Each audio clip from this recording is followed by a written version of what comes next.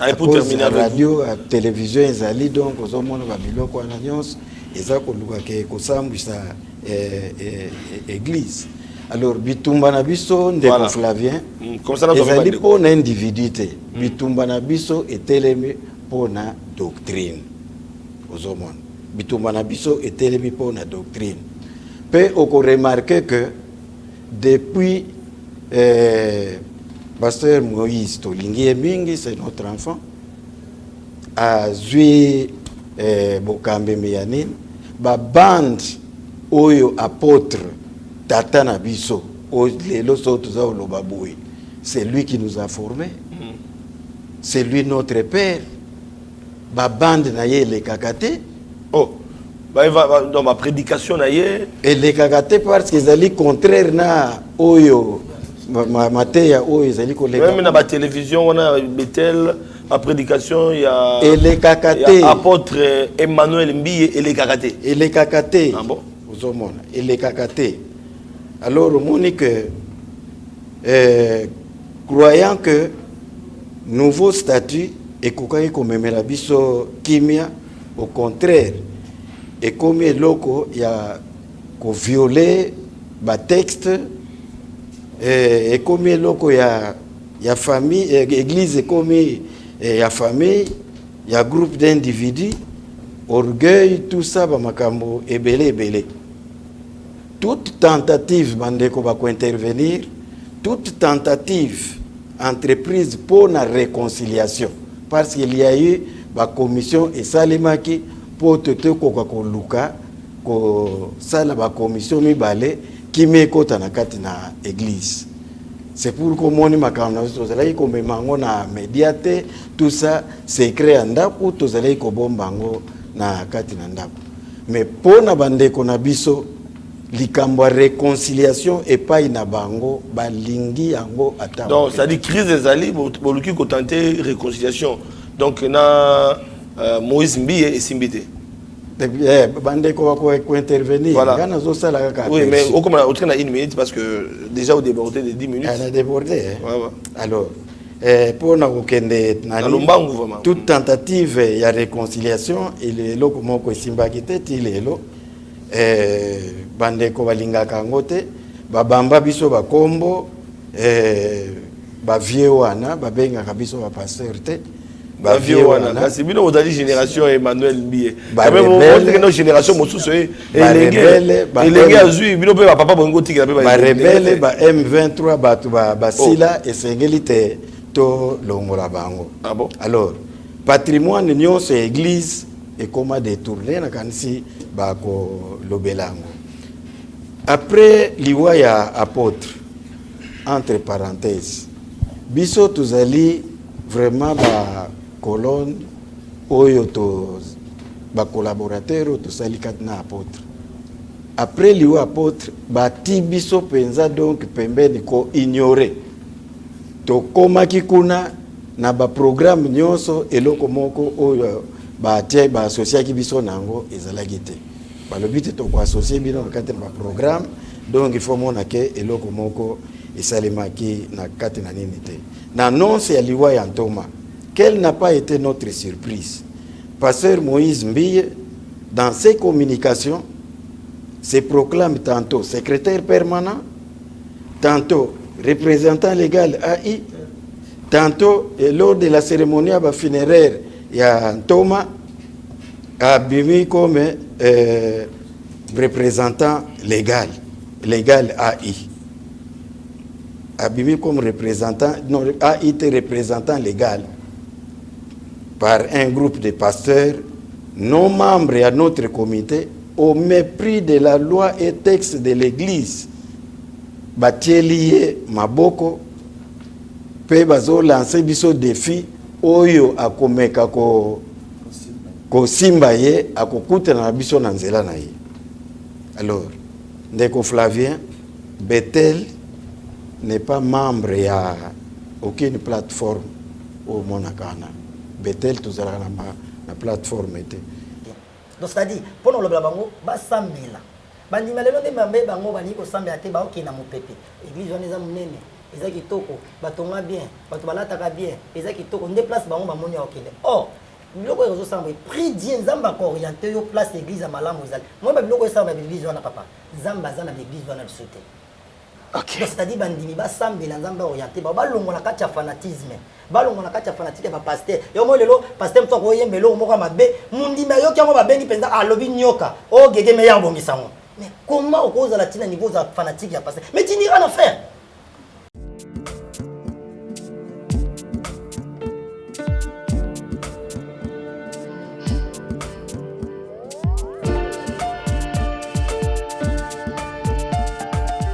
Shalom, peuple de Dieu. Shalom à toutes ces personnes qui vont suivre de partout. Je suis votre humble servante, Sœur Jenny Fernandez. Je réside à Londres. Je vous invite tous à notre 3 samedis d'édification et de prière. Sur le thème, venez à moi, vous tous qui êtes fatigués et chargés.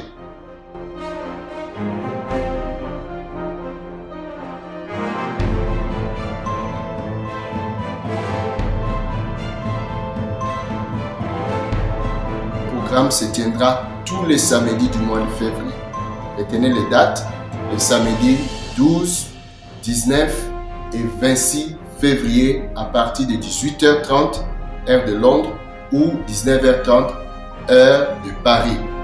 Ce sera en live sur la page Sœur Jenny Fernandez Gospel Stranger.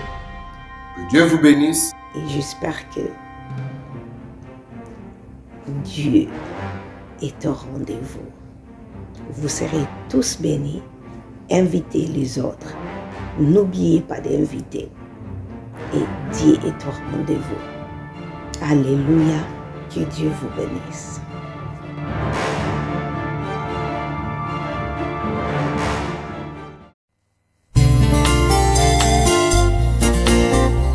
Merci Jésus-Christ, l'abattoir d'amour.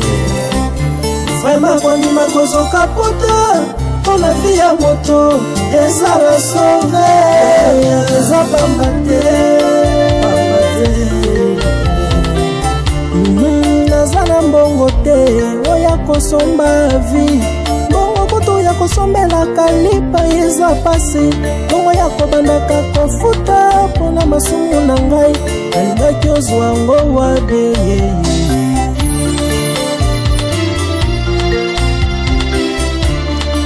na mbongo te oya kosomba vi mbongo kutu ya kosalela provision kotia na ndako pasi mbongo ya kobandaka kofuta mpona masumu na ngai nalingaki ozwa ngo wabie nasombaka ntaba mobimba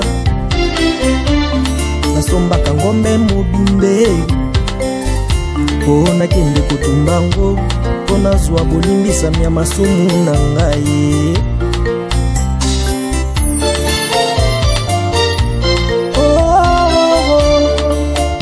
masumu na ngai nda yokufaki onazwa bolimbisami nda yokufaki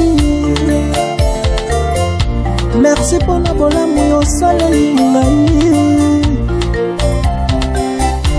vraimen naza na mbongo te oya kosomba vi mbongo kutu ya kofutelaka klasi ya bana pasi mbongo ya kobandaka kofuta.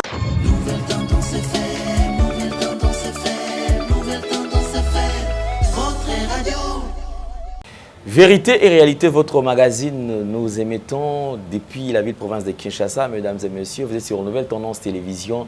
Bienvenue, bonjour, bonsoir, tout dépend de l'ère à laquelle vous nous suivez. À tous les enfants de Dieu, shalom. Nous voici encore une fois de plus. Comme vous le savez, à la prise de vue, vous avez Sarif Mbala accompagné de Gédéon Laé. La réalisation est toujours signée en duo, Jonas Zouzi et Jordan Pense. Donc c'est comme ça que nous allons travailler, bien sûr, d'arrache-pied. Et comme vous le savez, nous allons aborder le tout premier élément, c'est la fondation Ndélé au cœur de la nation, ainsi que l'orphelinat Famille du Cœur Christ Rédempteur, qui est dirigée par Maman Marie M5, et depuis Liège, ainsi que votre humble serviteur Alain Ndélé. Mesdames et messieurs, à travers cette opération, vous qui êtes sensibles au cri de détresse, pensez à ces enfants qui sont abandonnés, délaissés, et qui n'ont pas, qui sont faits sans voix. mais nous, le Seigneur nous a mis à leur disposition afin que nous puissions aider ces enfants. Une fois ces enfants s'intégrer dans la société, une fois ces enfants réussissaient, je crois que ça sera une bénédiction pour nous. Et le Dieu des orphelins va certainement nous bénir. Nous prenons ces images et on se retrouve tout juste après. Tango nyonso molinganga nazalaki komona baninganga na baboti na bango nanga baparent baza te vi nanga pasi. Est-ce que kokufela baboti eza lisumu? Kozanga baboti est-ce que eza lisumu? Voilà, na kopesa bino message. L'orphelinat Christ rédempteur. Et ana posa lisungi na bino. Tala musala munene ezosala pona bana. Tala musala munene ezosala pona bana oyo mokili etiki ebwaki. Mais nzamba termine nzelo orphelinat oyo pona ko encadrer bana oyo. Yaya lisungi na yo to ana ngoposa. Un euro no to ana ngoposa pona mwana moko. Tango mwana moko allié nzambe ya bitike oya permettre ete na nzela no mwana alia akobosa na ote. Voilà message ya l'orphelinat Christ rédempteur. Tu as besoin de lisungi na bino. Ba numéro za na se kota contact na biso assistance na yo et aux lisungi pona bana. Que le Dieu des orphelins a bénir diama mtu nyoso ja ta likanisa ko sala quelque chose. Pe osali yango zamba pambola bino.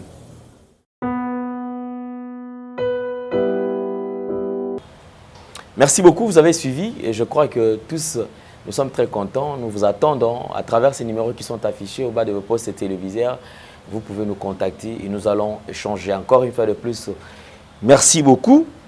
Nous avons le plaisir d'avoir sur ce plateau un serviteur de Dieu qui n'est plus d'ailleurs à présenter. C'est quelqu'un qui est un prophète de ministère avec un peu convalescent et après bon.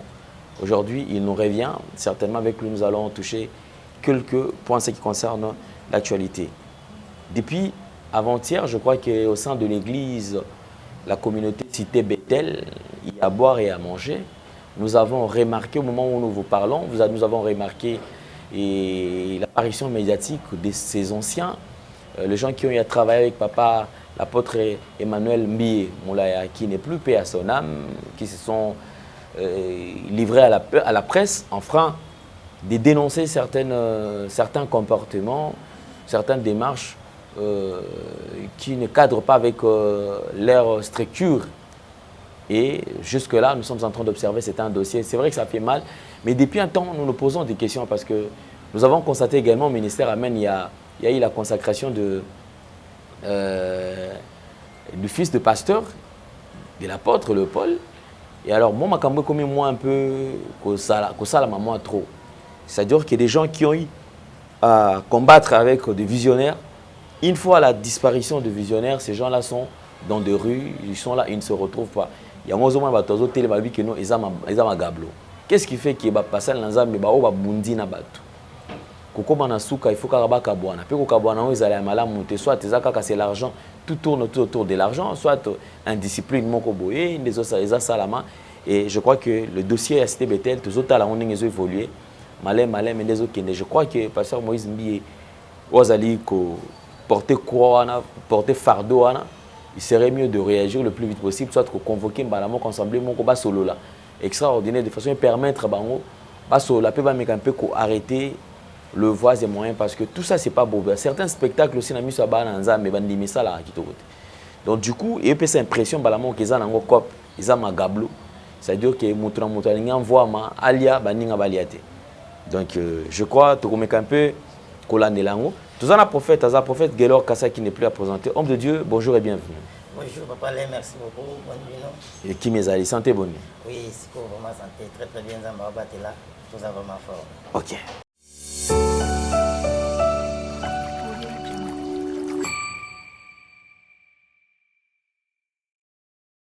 Merci beaucoup. Je crois que Oti Kolanda exposé à Makambozo le Olani Makambozo le Cité Bethel. Oui, effectivement, la Landiango. La course au pouvoir. Tout le monde va revendiquer, il a besoin d'étaler certaines vérités. Alors, il y a des faux et des kati. Moi, je suis na makambo. Je me pose la question, bandeko belé c'est vrai, tu as condamné bango babi, mais pour nani bozela kaka apôtre akufande bino bobima, bozaba tata mikolo boki kosala mamna bino, kosala. Tout le monde c'est-à-dire qu'il comme na deux camps. Bandeko baza côté yo, bazali côté lemela, bandeko baza côté yo, bazali côté lemela. Alors on se pose la question mituna makambo e okigene. Analyse ni no sali tout autour ya makambo. Et merci beaucoup Papa Alain. Na pas molité bandeko nyonso bazolanda biso vraiment. Pour bazuli bakumala mo na biso na nouvelle tendance. Pour landa biso vraiment du début jusqu'à la fin. Peut-être na nzela ya émission o nanga bino tozape édifier. Et ça vraiment mawa mingi kotala babiloko ya Papa Alain. Vous savez babiloko yo kala vraiment. Ils allaient vraiment te. Baolim ça peut être tout ça moi on dit que trop bêta tolo. Moi je me suis converti depuis 1995. Na basir on a là j'avais encore 12 ans. Babiloko to mona lelo ezalaka te Papa Alain.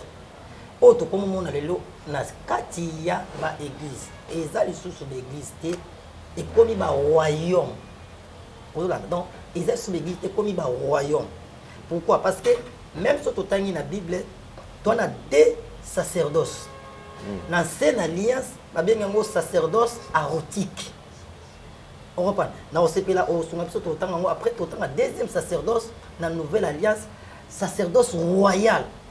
Où ils allaient le souverain sacrificateur Jésus-Christ, récit par l'ordre de Melchisédek. C'est-à-dire, dans l'ancienne alliance, dans le sacerdoce arotique, Dieu avait choisi seulement tribu moko. Il y a 12 tribus d'Israël. Zamba pour naka tribu moko.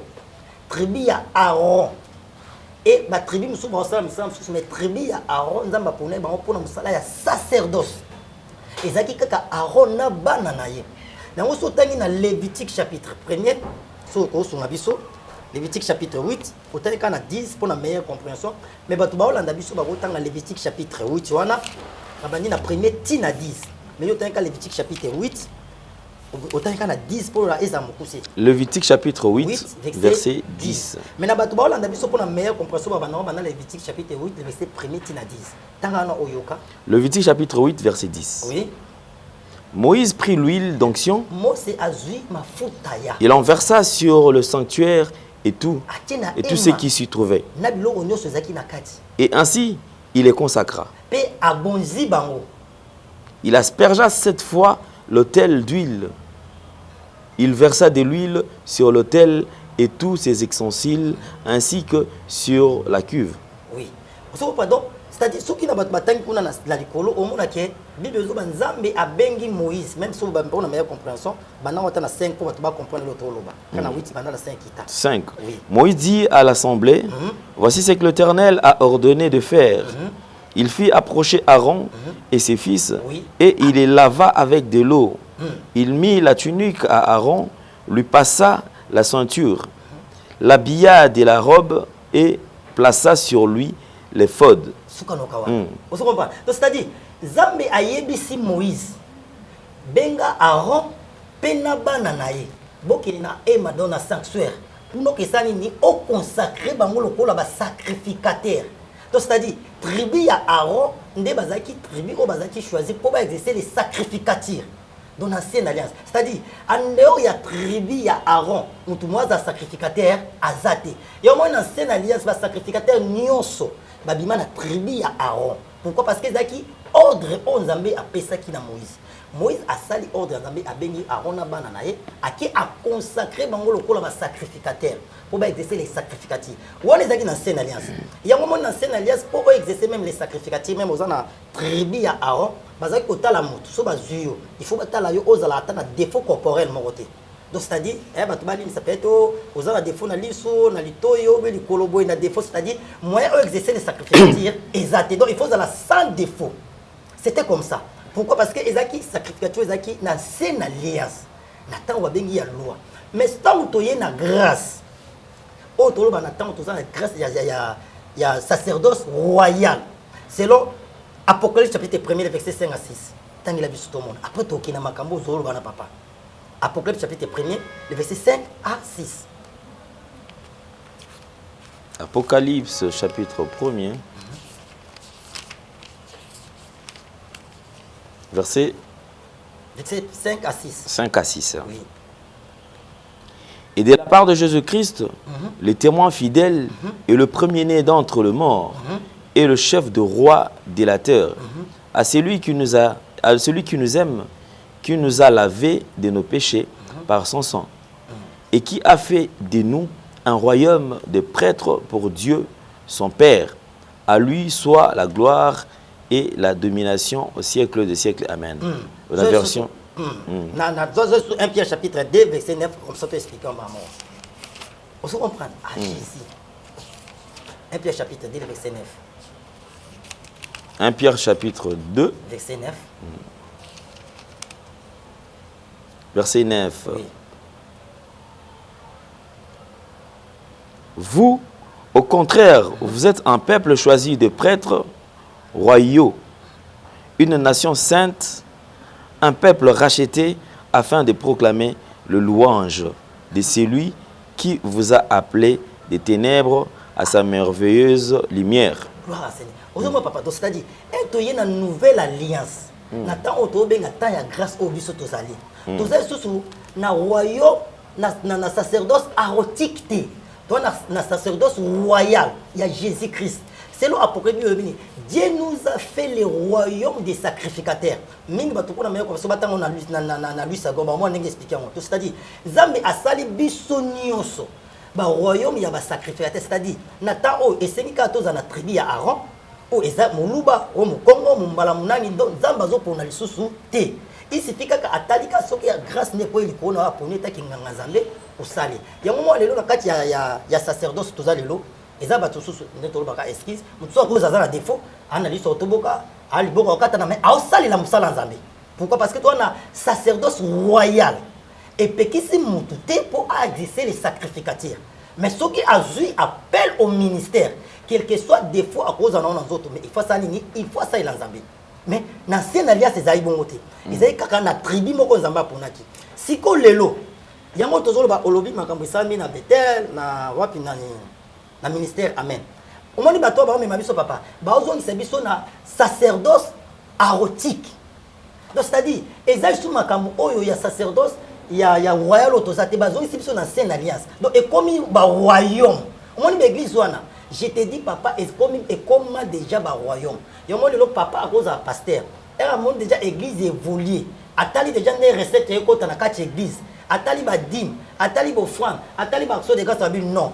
Oyo, so na bina tia mutu, o azana simananga esani héritage esani ni ekende. Malamu na sani na tia mwana nanga. Donc comme si mwana kaka mutu abongia zalana non, je ne suis pas contre. Aujourd'hui même na sacerdoce royal, Dieu peut appeler père à bengi pe mwana. Cela n'en disconvient pas. Mais auto mon eza yangote. Papa, surtout même la Bible. Dans Josué chapitre 1er, lorsque Dieu a venu à mettre fin à l'histoire à Moïse, Zamba poni Josué. Na kati ya choix ya Nzambe. Il y avait dans Pakabazaki wana. Mais lorsque Nzamba pona Josué, trouble les alarités. Donc pour dire quoi? Pas et a troublé. C'est vrai ça? Je te dis la vérité, mais lisez la Bible papa. Alors c'est ce qui s'est fait le lot de Tomoni, c'est-à-dire on a une église actuellement, papa Koufi a tiqué li moana. Papa Koufi a tiqué li moisi. Papa Koufi a tiqué au moment où il y a des serviteurs de Dieu qui ont lutté au babunda bazala wana depuis kala. Au bazala peut consacrer ba pasteur, ba apôtre, ba évangéliste et tout, mais ils sont là bango ba fandi. Alors mais malgré ça au centre ba zuki moi na moko boye on a nous peut soit afandi na parole à cause ala na maele donc yo zanelo kwa ngo soit ba c'est que yo ne faut travailler parce que yo faut remplacer na l'église. Papa toujours quand ndengo lobi yo obotami tozana kishasa mwata mulayi banda apôtre père ou akufa que son nom repose en paix et azako exister dans les ministères. Pasteur Moïse Mbiazaki chantre, n'est-ce pas? Est-ce qu'il n'y avait pas de pasteur Wazana Sima Papa Naï?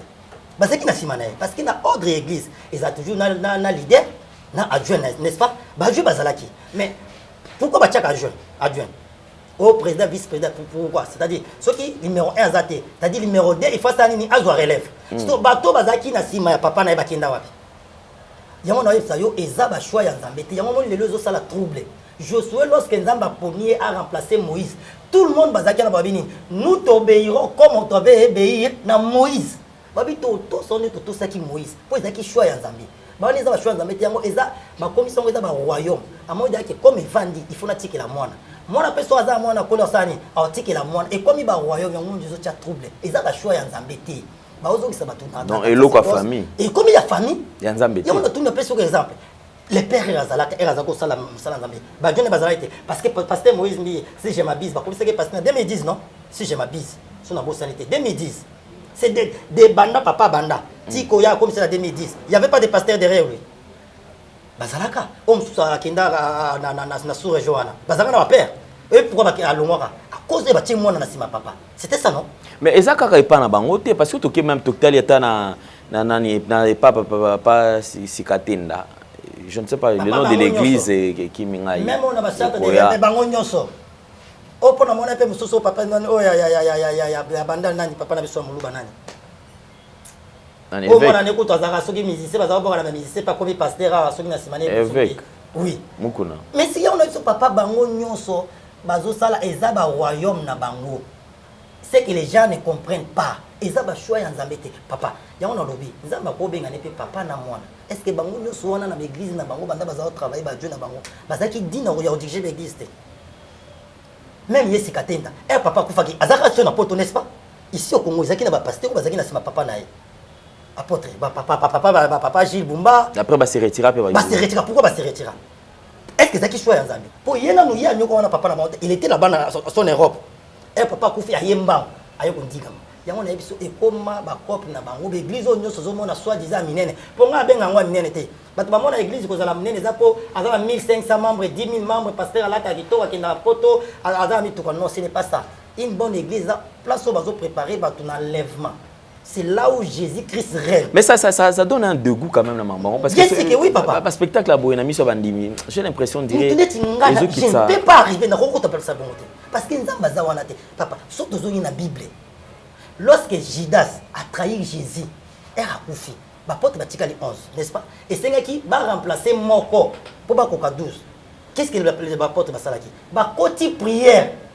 Saint-Esprit, mettez-moi à sortir les frères Paul et Barnabas par l'œuvre par laquelle je les ai choisis. C'est-à-dire, ceux qui visionnaient, par exemple, qui a confié mort si vite, pour remplacer mon, c'est-à-dire, c'est-à-dire, il faut pas ta prière. Si réellement c'est l'église dans les Anzambé, Dieu va parler. Zamba ont choisi. Et Zamba Paul et Barnabas. Mais je pense quand même que consultation est ça la quelque part on appelle hôtel mais l'avancée parce que déjà et je vois mal Lélo avant Papa Mbia Koufa. Pasteur Moïse déjà abanda déjà ko exercer abanda déjà ko sala na cité Bethel. Abanda déjà préparé. Abanda ko organiser ba biloko ba siloé ba nini nyonso tona Papa Mbia azalaka vivant. Bon même si que azalaka azala préparation. Ba adjoint ba ancien nyonso wana. Tant ba monique et comme église comme mwana pourquoi na temps wana de son vivant bango ba bimaka te ba ke noté to monique c'est de trop. Tala règlement d'ordre intérieur église et le biboye. Tala makomi et le biboye. Toté les mela yango. Na roloba na place na bango par rapport ya moi sagesse moki na za nango malgré tout ça ils appellent bon monter. Et le kolobi eza bien mais appellent ma bendeni. Ba moni mo na osala ba veiller ba siloé mais ba yeba kiteke yenda osala peut-être leader na bango. Bye bye. Peut exercer peut-être au séminaire, ce n'est pas un péché. Mais un ba ko yoka ke yende ba chaka leader. Yoka no sangwa lipuso ba pazana. Mais ba chaye pasteur déjà il y a église mère il y a place ya ça. Mais ba chaka ba za sura jolonga kwani. Avant ba biloko makaba ba gege bima wana ba passer liboso ba longa kwani za par rapport à choana. Za par rapport à choana. Po za ka choana bete. Patel mendenge ni biso to sofoi na papa banda to za na baba. Église na mandalala. Biso to za ba deuxième personne après visionnaire. Mais s'ils avaient eu le temps de prier, pourquoi pas bango pe baleka qui pété pour la kenon biso to sambel penza menzamba biso que choix ils a été ils a kingan baloba monté quoi. Ce sont des erreurs que je crois ils seulement na kati ya église. Oui, papa, au moins biso. Tozu moi tamu kiem ki na za moment de l'église, la réalité est belé. Il peut même prier. Et bon so ba boy. Yo ka sine papa na chaki wana. Ata mutu suba iba koti prière. Babi ke yo mutu za awati ba oza peke papa lendeli ou bien papa fulani kuna yo mutu za leader ya ondim. Au moins ça aba même. Mais so en limite on a ce que photo ça va on te sait maman ki wana ce que yem mutu za contre Nzambe. Mais aussi longtemps que ba sala avec démarche wana te. Quelque part ils ont quoi s'appelle bango. Qu'est-ce qui se passe? Au moins papa ko établi déjà que au moins ba église dans le ba commission ba royaume. O ba papa ba komo tia bana na bango na basi na bango. Lelo na ba pasteur rebelle o ba telemela ka ministère de la femme. Lelo ba komo consacrer basi na bango ba pasteur. Oye bien moi. Olanda ngo. Bah bah t'es mais là que moi ça côté athée. Et là comment consacrer bah c'est d'abord pasteur pourquoi? Pour attirer la priorité. Et ça ni. Dans le c'était le connaît ça mandeni. Aba déjà ba prononcer na misu ya bato. Déjà na kati ya mikanda église. Ba sala déjà nyonso. Ba chanda ezane tiyono zana bana na yo. Aujourd'hui déjà là au buka lupango o tida comme so ki ya Josué. Oh ya fiston. Et o yo bimisa na famille ke au moins lupango eza fiston. Ata famille ba lobi ba telema so ba ke na l'état atalani. Quand nous anani eza ba benga ngo testament non testament déjà fiston yo lo basuni. Ende mona ba église wana ba papa na bazaka vivant. Ba sala déjà nyonso. Oh kombo na ba chana oh junior. Ba cha déjà junior kala. Mokolo ba yo etaba o bimisa junior de leader. Ato tomboki so ba ke na mikanda même na l'état. Mais junior ndaza leader. Junior M ta check sur lo bani. Ya mo isiko basani ni mo ba sa automatisateur sani ni balongwe ba ozo isa matna ba royaume ba sacerdoce arotique toi na temps wana te toi na temps ya grâce o ya mérité place wana ba pesa place o ba tieso des autres déjà c'est que yini ndamba pona été balongola ye mais ba longola te comme eza ba couple na bango eza ba héritage ya ba tabilo ba biso to lo ba tutu ba mona to za compte mais tozo na Bible non choix nini na Bible on nzamba pona mutu sala des autres ngana mona ngona te o ba mona ke nzamba sali choix na Bible ba et sala des autres ba pesa biso verset biblique. En tout cas, bon, il y a à boire et à manger. Tout là, la suite. Tout à la suite, alors, on a bandimi quand même. On va aller dans la cité Bethel. Conseil, nous qui ça. Parce que c'est vrai, on va vivre un spectacle. Côté au pasteur Nabiso, toi télémélier. Côté au papa Nabiso, peut pas paka, va oumel pen église, va coller si biso, va tomboki, toki au sala nengeni quand même parce que nous on peut ça conseiller que va l'agiter. Mais je crois que plus dans ma serviteur, on n'est pas au temps qu'on s'est concerté parce que déjà le fait que les canaux médias ça expose un peu Bananzambe. Conseil nous ça. Bon, on a ce conseil papa les aka né na lobaka lokola mon message non. Na lobela toujours na Bananzambe y compris nanga mona kati. Tous la ba fanatique ya ba pasteur té. Tous la ba fanatique ya ba prophète té. Tous la ba fanatique ya ba apôtre té. C'est-à-dire aucun pasteur a fait la montre. Prophète moi a fait la montre. Té monto a fait la personne c'est Jésus-Christ. Biso nyonso eza biso ba pasteur eza bana nzambe ba chrétien ba bandini biso nyonso to leka na jugement et deuxièmement les sali eza individuel tu peux tout perdre dans ta vie mais pour perdre sali na yote donc c'est à dire pour nous le bango ba sambela bandima lelo de mambe bango bani ko sambela te ba oki na mopepe église wana eza munene eza kitoko batonga bien bato balata ka bien eza kitoko nde place bango ba moni okende oh biloko ezo samba prix Dieu nzamba ko orienter yo place église à malamu ezali moi ba biloko samba église wana papa nzamba za na église wana bisote OK c'est-à-dire bandimi ba sambela nzamba orienter ba longola kati ya fanatisme ba longola kati ya fanatique ba pasteur yo mo lelo pasteur mto ko yembelo moko mabe mundima yo kyango ba bengi penza alobi nyoka o gege meilleur bomisango mais comment okoza la tina niveau za fanatique ya pasteur mais tu n'iras en faire ton son pasteur azana mabe yozo appuyer mabe na mais yo qui na faire ah même on en faire on a sali na yo tu dois sortir bible bini sortez d'humilier des. Merci beaucoup. En tout cas prophète infiniment merci, je crois que ça fait très longtemps bananza baotala on a moni bakomi na posa on a besoin bayoka et effectivement alors vu le temps lelo une orientation de la part de Dieu nini oyo oyeliba bananza belelo. Merci.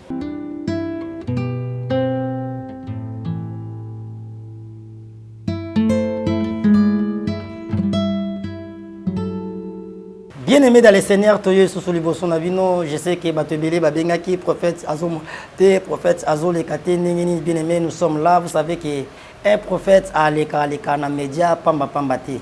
Un prophète a soit l'équipe, c'est-à-dire pour annoncer quelque chose de la part de Dieu.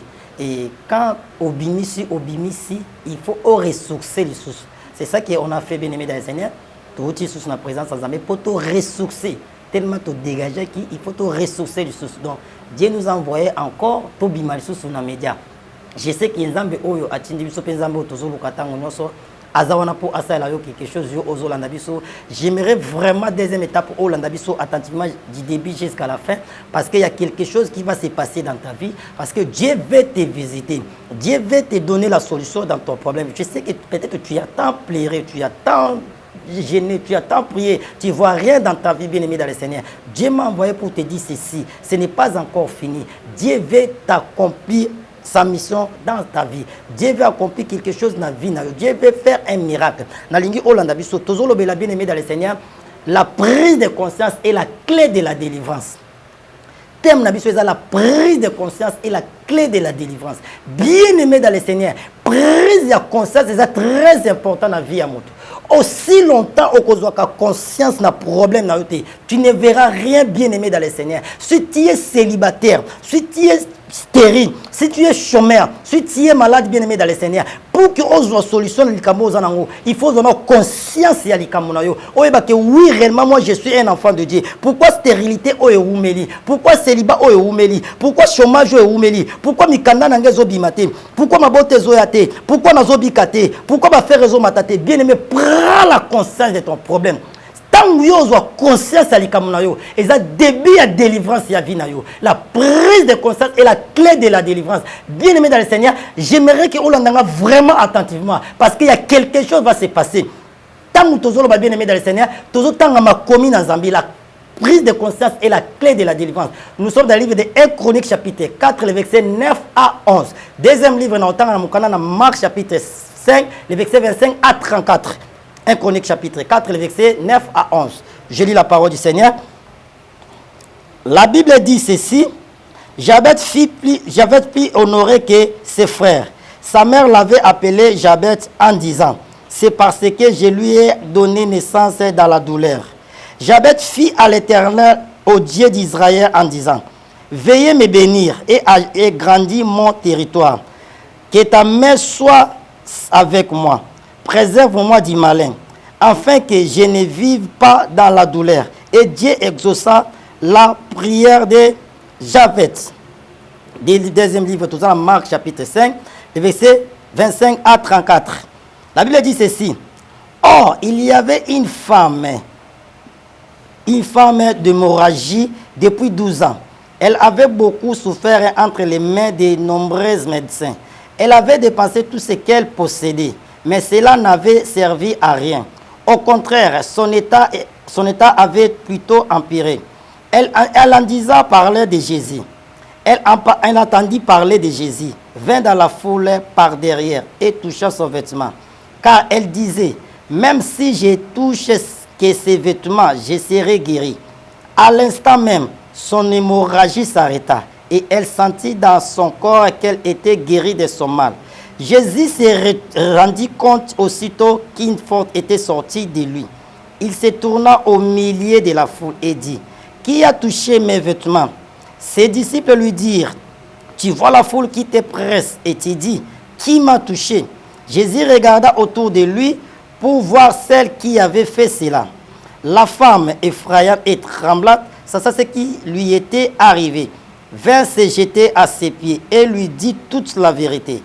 Alors il lui dit, ma fille, ta foi t'a sauvée, va en paix et sois guérie de ton mal. Parole du Seigneur. La prise de conscience est la clé de la délivrance. Bien aimé dans le Seigneur, si tu as un livre à Liboso, dans 1 Chronique chapitre 4, les versets 9 à 11. Bible est exception, le solo ya Jabet. Le solo ya Jabet. Jabet, combo ya Jabet, ezaki douleur. Maman Jabet a bota Jabet na douleur. Yango tango mwana botami apesi combo Jabet. C'est-à-dire, signification ya Jabet eza douleur pe souffrance. Et Jabet tango bandi kokola. Combo wana ebandi ko influencer vie na ye. Azaki na vie ya souffrance, azaki na vie ya douleur. Jabet abandi ko vivre combo na ye. Et comme ina tamoko, Jabet a eu conscience ya likambo na ye. Akeko lukanzambe. Akeko lukanzambe. Abi Seigneur, soki opambolinga, pe soki honorenga, olongoli autre pe passion nzambe. Ngai pe na opambola yo. Donc Jabet a eu conscience ya likamuna ye. Abi non, jusqu'à quand on va demeurer na douleur au marebo sakama. Jusqu'à quand on va demeurer na pauvreté. Jabet a eu conscience abi non. Ngaza mwana nzambe. Je suis le créateur de Dieu. Quand Dieu créa le monde, alors il créa l'homme selon notre image et selon notre ressemblance. Est-ce que Nzamba a ko sala mwana naï? Alors ko sala muto azana ligne na pour souffrir. Jabet à comprendre abi non. Souffrance eza vie na ngate. Douleur eza vie na ngate. Il faut na arrêter yango. Azu conscience ya état naïe. Abi na benga makana souffrité. Jabet est allé invoquer le nom de l'Éternel. Jabet a keko lukanzambe. Et la Bible dit ceci, Dieu a exaucé la prière de Jabet. My God. Que Qu'est-ce qui fait que Nzambe a exaucé prière à Jabet? Parce que Jabet a qui conscience à l'ikamunaye. A qui conscience que pauvreté ou meliningi. Douleur, souffrance, c'est le qui n'a vu naé. Abina, koka sous souffrance sauté. Il faut la Lukanzambe, bien aimé dans le Seigneur. Pendant que je suis en train de parler, je m'adresse maintenant à toi. Mes excuses. Non, l'obéla Jabet té. Parce que Jabet a l'équipe aux Zaka l'isolo naé. Jusqu'à cause na niveau il y a humiliation. Jusqu'à cause de toujours la pauvreté, on a bien aimé dans le Seigneur. On compte à l'ibala tis comme à botte et à kate. Or, la Bible dit ceci. Lorsque nous avons sali Adam et Ève, première bénédiction dans ma vie, ayez des enfants. Multipliez-vous et agissez-vous. Bien aimé, pourquoi jusqu'à présent on compte à l'ibala ma botte et zoyate? Ce n'est pas d'abord Dieu.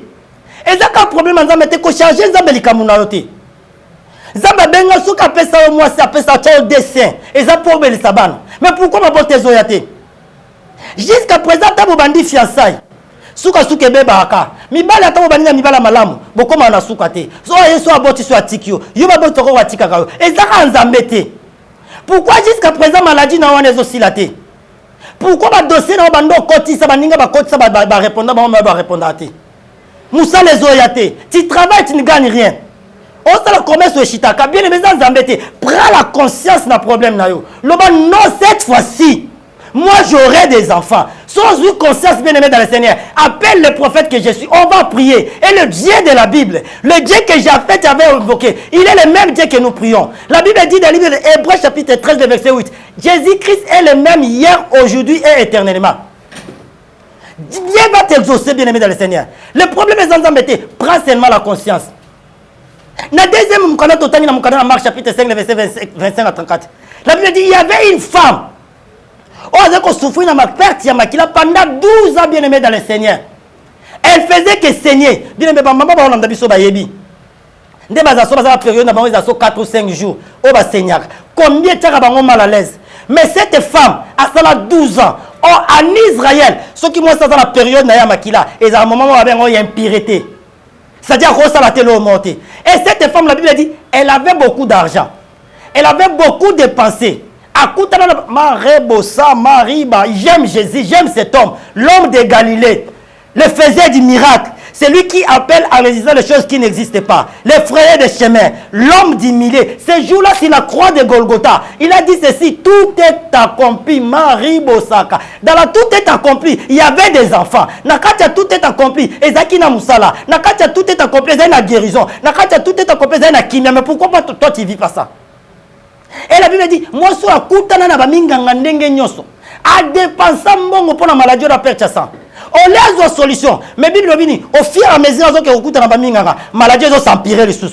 Abimisi mon pose guérison mais maladie zo baksa. Bien aimé dans le Seigneur. Nanina yebisa mutumoko. Oh jusqu'à présent zo saigner. Oh jusqu'à présent zo solliciter. Je connais un homme.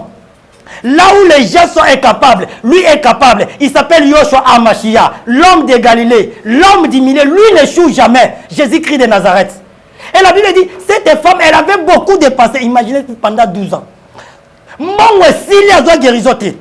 Et la Bible dit, elle avait entendu parler de Jésus. Maribo. C'est-à-dire, cette femme n'a jamais vu Jésus auparavant.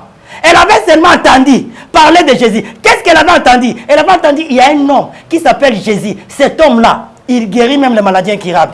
Cet homme-là a Monisa aveugle. Cet homme-là a Sekwisa Lazare. Cet homme-là a Tamboussa Bakoko. Cet homme-là a capable de Robi Kisanga. Et cette femme a eu conscience. My God. La prise de conscience est la clé de la délivrance. Cette femme a eu conscience. A dit le jour où je verrai cet homme Jésus. Et quand je vais toucher ses vêtements, je serai guéri. Donc c'est-à-dire, pour cette dame, elle a besoin de Jésus sans la peau. Azuka conscience a dit non. Jusqu'à quand on a okuta na baminganga. Na dépasser bambongo. Mbongo na croisa même ba faire nanga. Na croisa mbeti même na makamsus. Mais na kina baminganga ba bik sangate. Ngana osimba ka elamba. My God, la prise de conscience est la clé de la délivrance. Azuka conscience a dit non. Non dépasser souté. Ngana osimba Jésus. So na simbe na obika. Et la Bible dit ceci, lorsqu'à moni Jésus Jésus le cana cortège, my God, j'aime cet homme. Partout les katika bilembo. D'ailleurs, tu m'as dit qu'on a biso. Yesu encore dans la vie na yo. Yesu encore dans la vie. So continue la vie à muto chanzaka. O zaki célibataire, on peut célibala. O zaki abota ata abota. Ata bakata ba trop bien sur boti sayo de la kabi karaté sur bi qui saye parce que pas na maladie incurable des raté. Je n'ai jamais vu ça dans la Bible. Et à mon nier sur les cas comme fou les akebelene na bi en Israël moi ce soir dans ta mala ya makila azarata mo impureté avant les cap libosoté pour soit les cas liboso Jésus ba disciple ba ngaba empêcher parce que makilé za otanga mais comme ah my god est-ce que je parle à quelqu'un est-ce que Dieu m'a envoyé parler à quelqu'un est-ce que tu as un problème quelque bien aimé dans le Seigneur mon numéro là appelle-moi on va prier Dieu va changer ton histoire quel que soit ton problème moi je crois au miracle. Moi, je crois au miracle et je presse le Dieu des miracles. Et à Yanzela Sima. Pourquoi il y a Yanzela Sima? Parce qu'il n'a pas ça la guérison. Conscience n'est pas que son assimi mouton n'obika. Abisu na liboso ba empêcher nga. Abandi ko faufiler la katia foule. Bien aimé dans le Seigneur. Zambe ba lukakaye. Tu es stérile. Okangi maboko.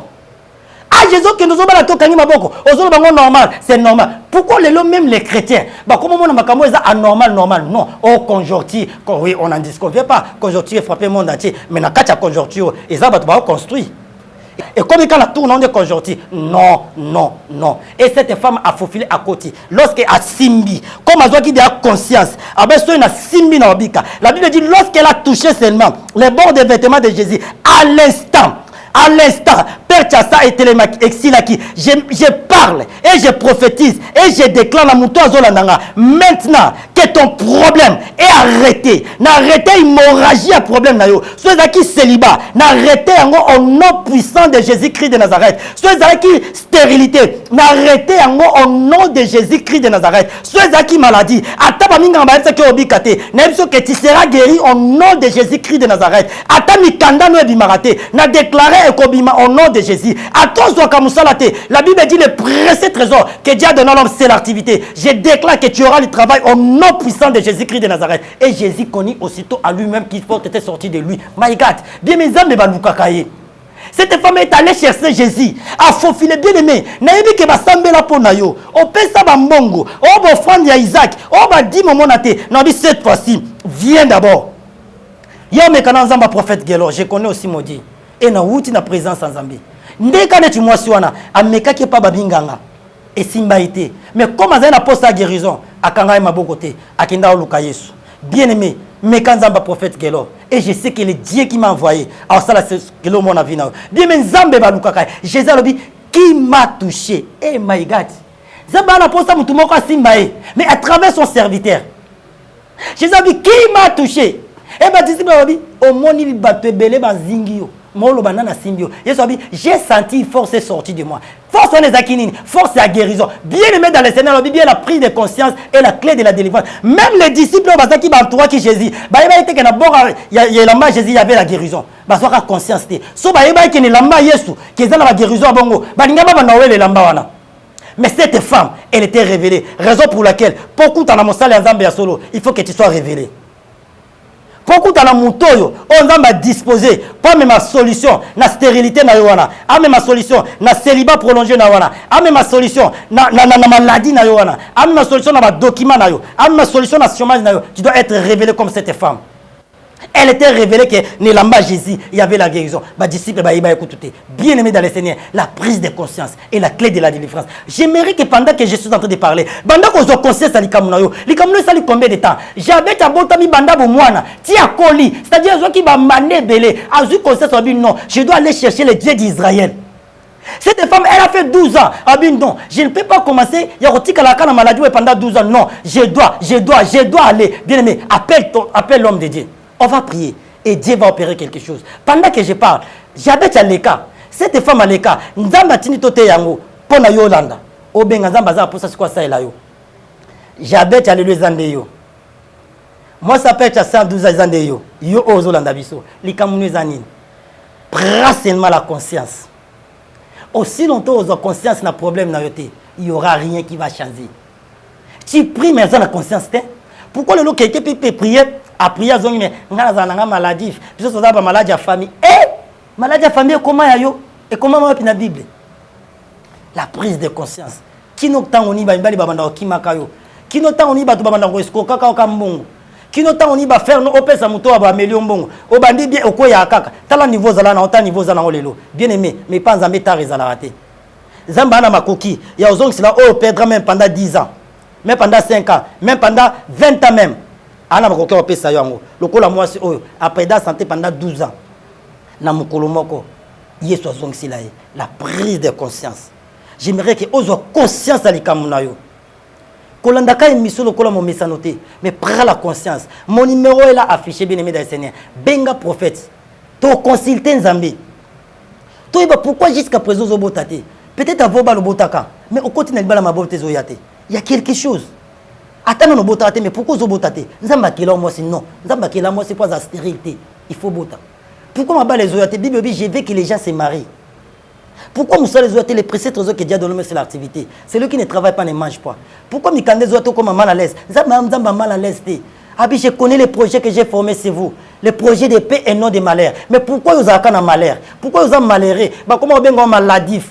Amela Milangi, grande sœur à quartier. Abala ate ba pesa de akombo. Achanza bien aimé. Zamba ninga changer ce identité na yo. So ba benga maladif. Zamba chanza ba benga siko muto abika. So ba benga yo Amela Milangi. Zamba pesa ma bota ba benga mama passa. So ba benga abala ate zamba ba balisa yo. O sala ate ba zamba pesa misala. Bien aimé dans le Seigneur. Nous courons vers la fin de notre émission.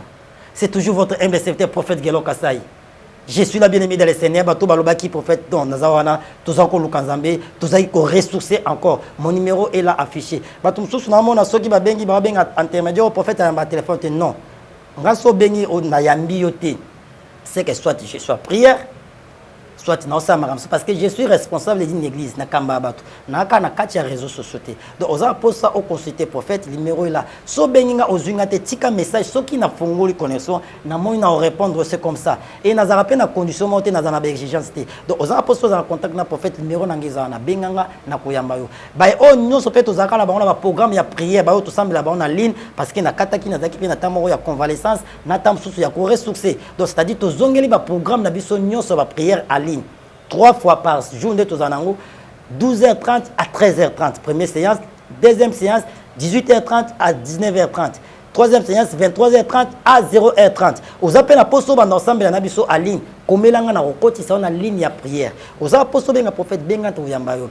Et vous s'abonner massivement na chaîne abiso pe ya prophète Gelor les temps de Dieu. Qu'on a peut-être to kozwa pe enseignement mususu ebele oyo nzambe akotia biso toujours motema hein. S'abonner à la chaîne YouTube Le Temps de Dieu au mon photo dans Le Temps de Dieu au s'abonner bon s'abonner massivement Zambé apambola bino nyoso bolanda kibiso vous êtes tellement nombreux et balanunion so ya nouvelle tendance Zamba apambola bino je peux jamais terminer cette émission sans pour ta prière mais 1 minute. J'aimerais là où tu es bien aimé dans le Seigneur si Dieu t'a parlé si tu as un problème même si tu es malade même si tu es zoka lobo kono à droite tiens na tolo na ensemble pendant même 30 secondes. Et je crois au miracle. Et je sais que Nzamba a quelque chose. On va prier. Dieu d'Abraham, le Dieu d'Isaac, le Dieu de Jacob, le créateur des cieux et de la terre, le Dieu de mon alliance, Zambe ya bolingi nanga. Zambe na bondeli elongo na motu nyoso atie lobo kone na tolo. Sene na yebi ba problème na bangote meyo yebi yango. Zambe o Javet abelela kape asanda via Javet. Zambe o mwasi a perte sa abelela kape akretaka hémorragie. Seigneur, je te prie état que ton serviteur. Mutu nyon soit l'andibiso que soit problème na oazolanda. Zambe azwa solution na problème na au nom de Jésus-Christ de Nazareth. Oya zaki maladie abika quelque soit maladie. Oya bota kate abota. Oya bala kate abala. Oya baluka misala bazwa misala. Oya bazaba problème à document bazwa document. Na combo na Yesu Christo neto bondeli boye. Merci Seigneur Jésus-Christ. Amen.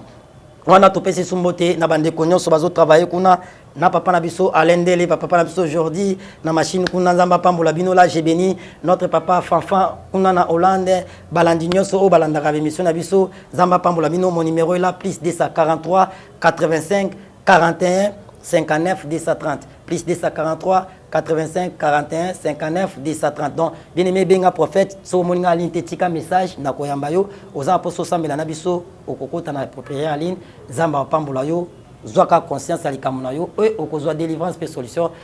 Quant à moi je vous dis bye bye soki Yesu Christ azongite tokomonana. Okona masumu na ngai alingaki ozwa ngo wabie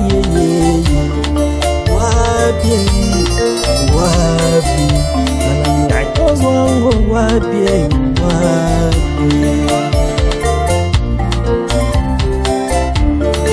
Juliette koto ya pamba suki bame kozokisa ye ya lelebele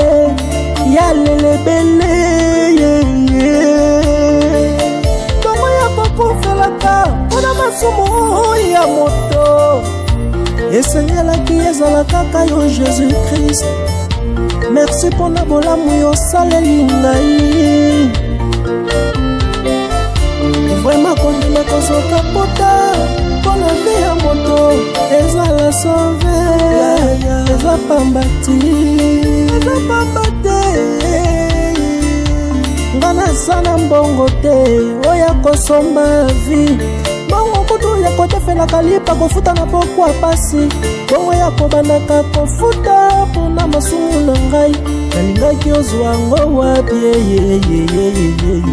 nasombaka ntaba mobimba nasombaka ngombe mobimbe o nakende kotumbango mpo nazwa kolimbisa na masumu na ngai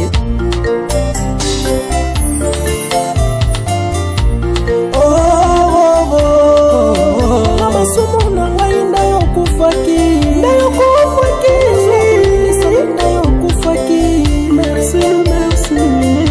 merci mpona bolamu yo saleli ngai Yesu